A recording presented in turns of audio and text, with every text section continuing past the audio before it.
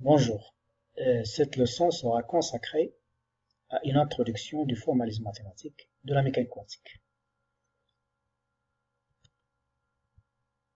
L'objectif, c'est de vous donner quelques définitions simples des espaces vectoriels qu'on utilise, à savoir les espaces des fonctions d'onde et les espaces d'état, ainsi que les propriétés fondamentales de ces espaces et les entités qui appartiennent à ces espaces. J'entends par là les vecteurs d'état tels que les quêtes, bien les bras, le produit scalaire qu'on va définir dans ces deux espaces, les opérateurs et leurs actions, la classification de ces opérateurs en opérateurs linéaires, opérateurs hermétiques, observables, etc., ainsi que les relations, bien les propriétés de commutation entre ces opérateurs et les techniques de diagonalisation de ces opérateurs, sachant que le détail de ce cours sera repris en S5.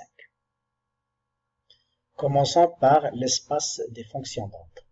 Il faut se rappeler que, d'après l'hypothèse de De Broglie, qui consiste en la dualité des ondes corpuscules à l'échelle quantique, c'est-à-dire toute particule quantique, on peut associer une onde, et cette onde-là est schématisée par une fonction d'onde, psi de R et de T, qui dépend à la fois de l'espace, de la position et du temps, sachant que cette fonction d'onde, bien cette onde remplace la notion classique de trajectoire.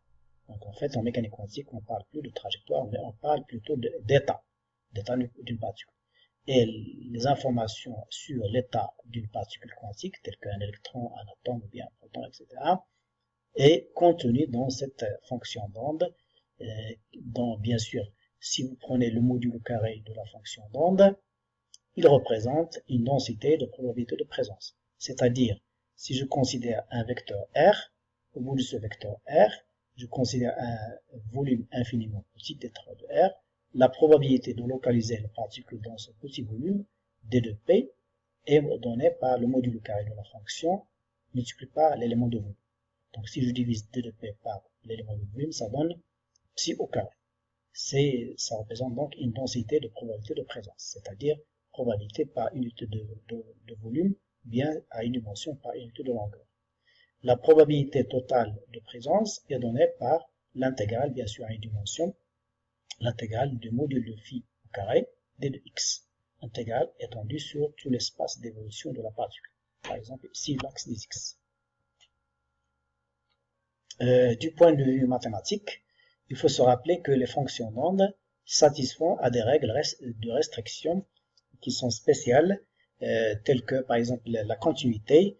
Il faut que ces fonctions d'onde soient différenciables, il faut qu'elles soient à support compact, c'est-à-dire leur domaine de définition est localisé, qu'elles soient bornées ou bien convergentes. Donc toutes ces conditions-là font que les fonctions d'onde engendrent un espace vectoriel qu'on appelle espace des fonctions à carré sommables, noté L2, qui est un espace défini sur l'ensemble C, parce que les fonctions d'onde, en fait, sont complexes. Donc si je considère deux fonctions ψ1 et ψ2 de cet espace L2, toute combinaison linéaire, à savoir C1, ψ1 plus C2, ψ2, ou C1 et C2, c'est complexe, cette combinaison-là va également appartenir à L2. Donc L2 est stable par rapport à la linéarisation ou bien la superposition. On peut doter cet espace L2 par un produit scalaire. Bien sûr, en R3, vous connaissez le produit scalaire. Maintenant, on peut de la même façon définir le produit scalaire dans l'espace L2, mais c'est un produit qui est spécial.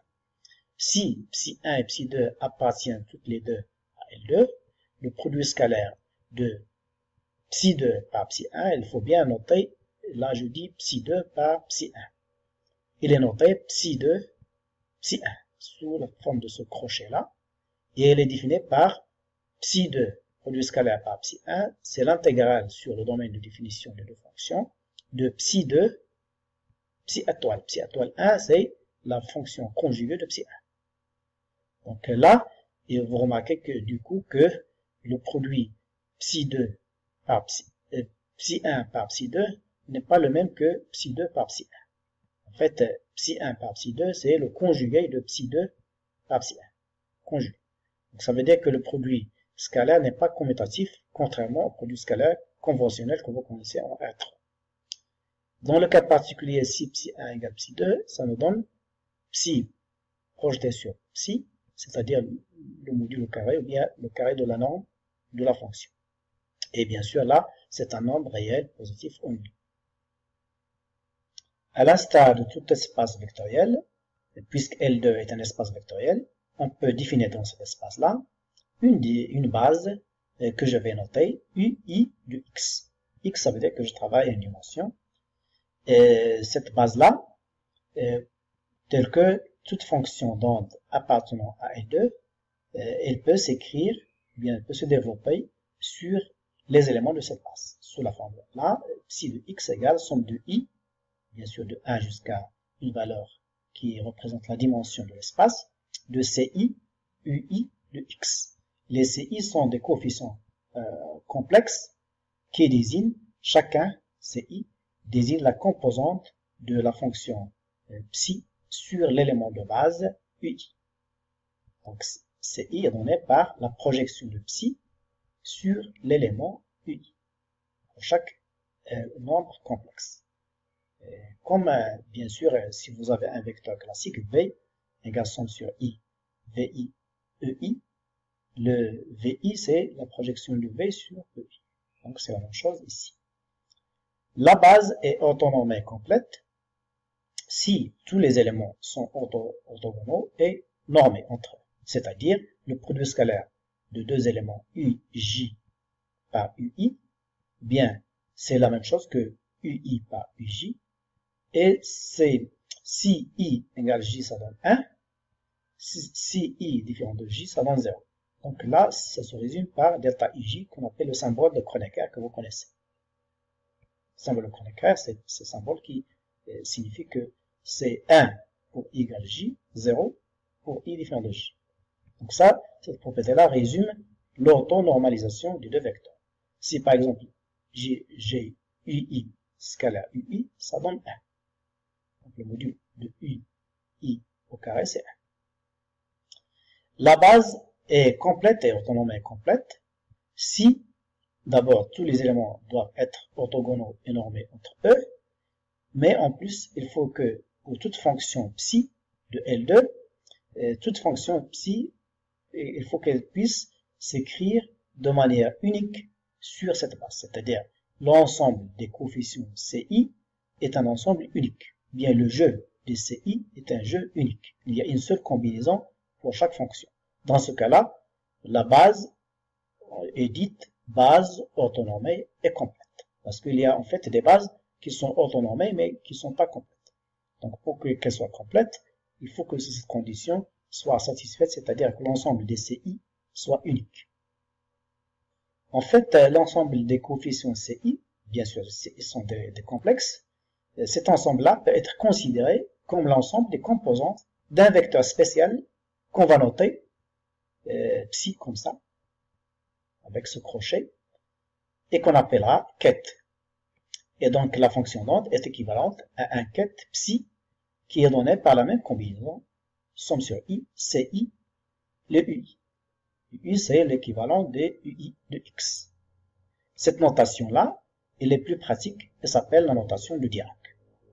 Elle est plus commode pour aborder le formalisme mathématique de la mécanique quantique. Donc, les vecteurs psi appartiennent à un espace d'état qu'on appelle espace d'état E, qui est isomorphe à L2, c'est-à-dire il a les mêmes propriétés que l'espace des fonctions d'onde L2. Toutes les propriétés que nous avons rencontrées, à savoir le produit scalaire, la norme, etc., sont reproduites dans l'espace d'état.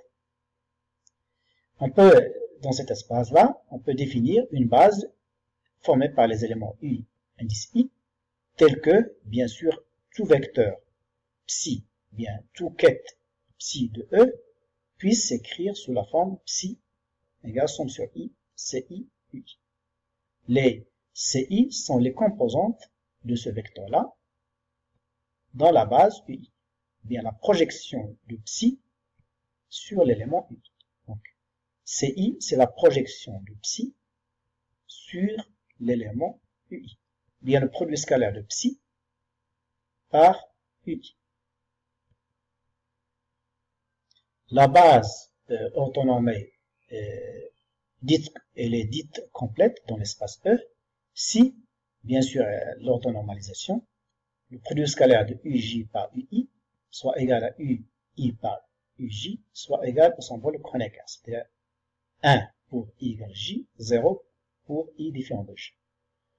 La base est dite complète si tout vecteur psi de l'espace E peut s'écrire de manière unique sur cette base, c'est-à-dire l'ensemble des coefficients, bien le jeu des coefficients est un jeu unique, bien il y a une seule combinaison pour le vecteur psi.